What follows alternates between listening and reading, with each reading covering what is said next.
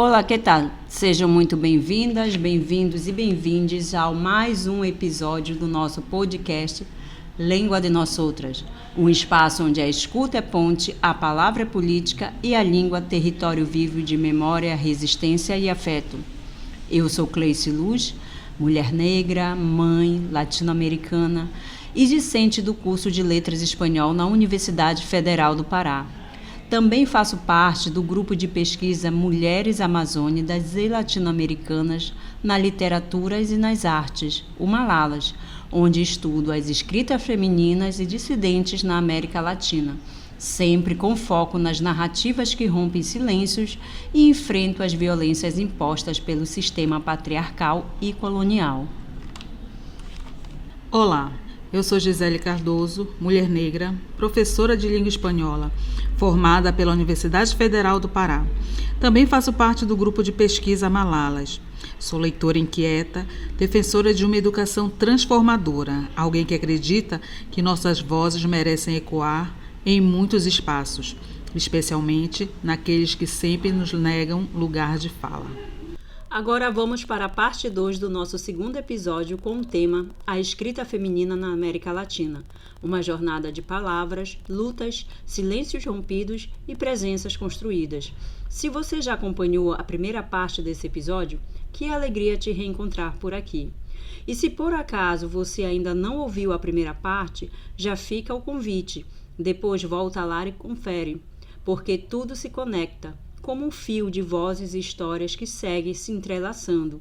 E se está chegando agora, fica à vontade. Aqui no Língua de Nós Outras, a gente faz questão de criar um espaço para escutar, refletir e, claro, provocar algumas perguntas pelo caminho. E nessa segunda parte, a gente vai fazer um pequeno recuo no tempo. Vamos olhar para a origem do feminismo, entender como ele chegou por aqui e como foi se transformando ao longo do tempo pelas mulheres latino-americanas até virar o que conhecemos hoje. E de onde vem o feminismo que atravessa os nossos corpos, as nossas práticas e as nossas escritas? O feminismo, enquanto movimento político e social, nasce lá na Europa, entre os séculos XVIII e XIX, durante um contexto de grandes transformações como a Revolução Francesa e a Revolução Industrial. As primeiras lutas eram por direitos básicos, direito à educação, direito ao voto, participação na vida pública e igualdade jurídica. Mas por muito tempo, esse feminismo foi pensado a partir de uma visão branca, burguesa e eurocêntrica. As primeiras ondas feministas falavam de problemas que não refletiam a realidade das mulheres pobres, negras, indígenas e colonizadas. E quando essas ideias atravessaram o Atlântico e chegaram aqui, na América Latina, elas precisaram ser transformadas. Aqui, as urgências eram outras. O feminismo latino-americano não podia simplesmente copiar os discursos vindos da Europa. Ele precisou se reinventar para dar conta das realidades enfrentadas pelas mulheres latino-americanas, como, por exemplo, o racismo estrutural, a pobreza extrema, a violência política, o colonialismo, o machismo estrutural e tantas outras formas de opressão. E isso fez com que o feminismo por aqui nascesse com uma dimensão interseccional, mesmo antes dessa palavra existir nas universidades. Na década de 1970, com o avanço das ditaduras, a repressão nas ruas, as mulheres começaram a se organizar.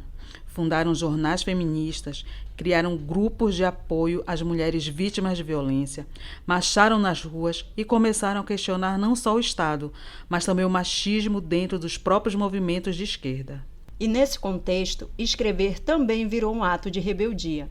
A literatura virou extensão da luta, um território de denúncia, afirmação e memória.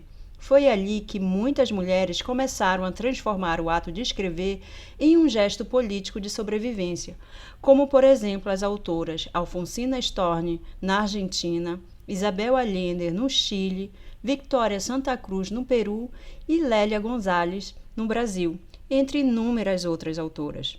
E é exatamente aí que a gente conecta com o que começamos no episódio anterior, com aquelas mulheres que escreviam como quem grita, como quem desafia, como quem se recusa a desaparecer. Durante as ditaduras militares na América Latina, Quando a repressão e a censura tentaram silenciar qualquer forma de dissidência, a escrita feminina se tornou um território de resistência radical. Em muitos países, o simples ato de escrever, sobretudo sendo mulher, já era um gesto de risco, coragem e desafio ao poder. Nesse contexto de medo e vigilância, surgiram autoras que não apenas ousaram escrever, mas fizeram da palavra um grito de denúncia, subversão e memória. No Chile, em plena ditadura de Pinochet, por exemplo, Djamila Edith entrega uma escrita que é tudo, menos confortável. Em obras como Lupérica, ela constrói um texto experimental, fragmentado, desconcertante, e tudo isso é absolutamente intencional. Edith desafia a linguagem, a estrutura e o poder, recusando-se a escrever dentro dos moldes da norma. Para ela, resistir era também criar outras formas de dizer. Era desorganizar o discurso, desmontar a gramática da opressão e expor com todas as letras as feridas abertas de um país mergulhado num silêncio forçado. Na Nicarágua, Gioconda Belli uniu a revolução e o erotismo sem pedir licença a ninguém. Militante da Frente Sandinista e também poeta, Gioconda nunca aceitou a separação entre corpo e política.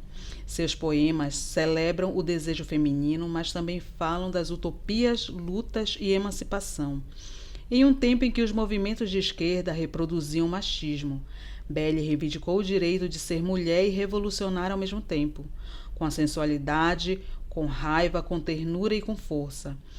Essas autoras nos mostram que, em tempos de ditadura, escrever não era apenas um exercício literário, era um ato de insurgência, era romper o silêncio imposto, reinventar a linguagem como forma de resistência e gritar por liberdade, mesmo quando tudo ao redor tentava sufocar as vozes dessas mulheres.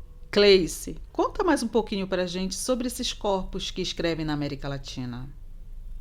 Então, Gi, a escrita feminina latino-americana nunca foi homogênea e, felizmente, ela nunca quis ser. Desde o início, ela se construiu nas margens, nas brechas, nos lugares onde as normas tentavam apagar, silenciar ou controlar. Por isso, hoje, mais do que nunca, essa escrita se expande e se multiplica. Ela acolhe vozes negras, indígenas, lésbicas, trans, periféricas, insurgentes e muitas outras. Esse gesto de enfrentamento, de dizer o que não queriam ouvir, ressoa até hoje nas autoras que se recusam a ceder ao silêncio. E uma dessas vozes é a da brasileira Conceição Evaristo. Ela nos traz o conceito de escrevivência, que é mais do que escrever, é escrever a vida, é narrar as dores, as memórias, as histórias silenciadas das mulheres negras. Conceição nos lembra que a escrita pode nascer não só daquilo que foi vivido, mas também daquilo que foi herdado. Das falas interrompidas pelas avós, pelas mães, da ausência de registros, da linguagem dos corpos que ensinaram o mundo com gestos e não com livros. Como ela mesmo diz, a escrevivência não é invenção, é uma travessia. Uma travessia que transforma a ferida em palavra e palavra em memória coletiva. E ela não caminha sozinha. Ao lado de Conceição estão autoras como a paraense Zélia Amador de Deus, a baiana Lívia Natália e a paulista Joyce Bert. Mulheres que entrelaçam poesia, prosa, negritude e ancestralidade com uma voz firme, lírica e política. Na literatura latino-americana como um todo, também ganham força as autoras indígenas, que escrevem em línguas originárias, que reivindicam o direito à terra, à memória e à sua própria história, como, por exemplo, Eliane Potiguara, do Brasil, e Natália Toledo, do México. Mulheres trans e travestis como a argentina Camila Sousa Vilhada e Márcia Antonelli, do Brasil, que transformam a linguagem, que reconfiguram os gêneros com uma ousadia que a literatura há muito precisava. E mulheres lésbicas como Cassandra Rios, do Brasil, que reconstrói o amor e os afetos fora das amarras patriarcais. Na Argentina, uma das vozes mais potentes dos últimos anos é a de Selva Almada.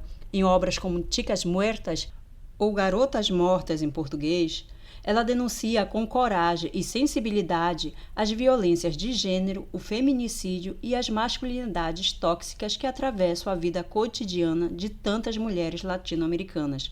Selva transforma estatísticas em presenças e o esquecimento em lembranças. Essas autoras nos mostram que a literatura é, e sempre foi, um espaço político. Escrever para muitas de nós é um ato de sobrevivência, de denúncia, de reivindicação.